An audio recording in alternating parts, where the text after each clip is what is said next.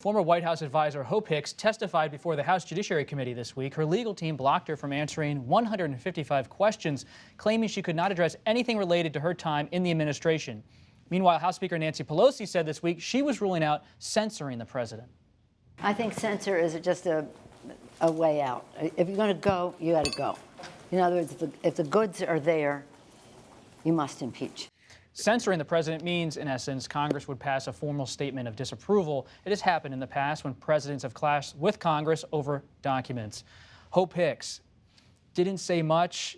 Did you ask the president about what he thought of her testimony? Yeah, he said he thought she did a great job. He talked about what a good person she is. But of course, that was before the transcript came out of what exactly she said. And the president had been telling people in the days before that he wasn't worried because he was telling people, Hope is on our side. We're going to be okay. Yes, Hope very much is still a supporter of the president, but when you're talking about hush money payment scandals, which she was talking about how she said she did not know about them when she was on the campaign, and that she later learned about them when she issued denials of his alleged affairs with these women, those are not flattering things that you're talking about. And other aides realize that, and of course they realize the optics of bringing the president's most trusted advisor in previous times back on Capitol Hill.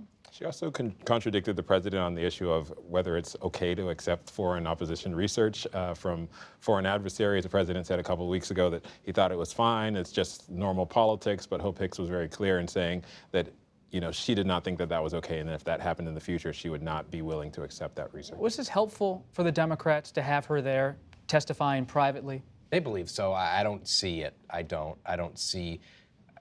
don't know how Pelosi survives 15 months. That doesn't mean I doubt her. It just means I don't know how she does it. What do you mean you don't survives?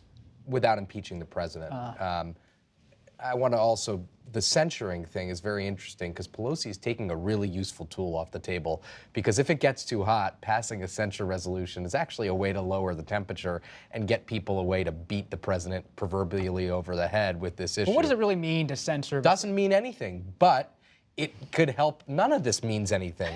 65, 70 Democrats want to impeach the president, and they're doing hearings and stuff. I mean, Democrats are not happy with how this is going, let's be clear. And a censure resolution is a tool. I've just never, in my 10 years covering Nancy Pelosi, seen her take something off the table that could be useful to her. She might put it back on the table.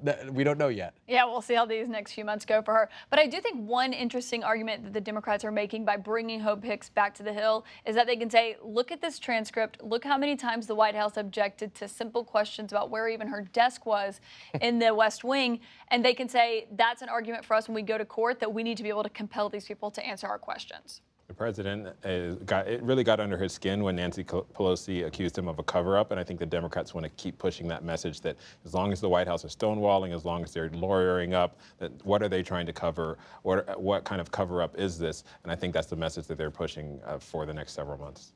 Here's the ultimate question, though. If Nancy Pelosi believes, as she said, that the president is engaged with a widespread, complex criminal cover-up, and that he's obstructing justice, which she told us this week, the only responsible thing to do as the Speaker of the House is to impeach him. She's accusing him of crimes.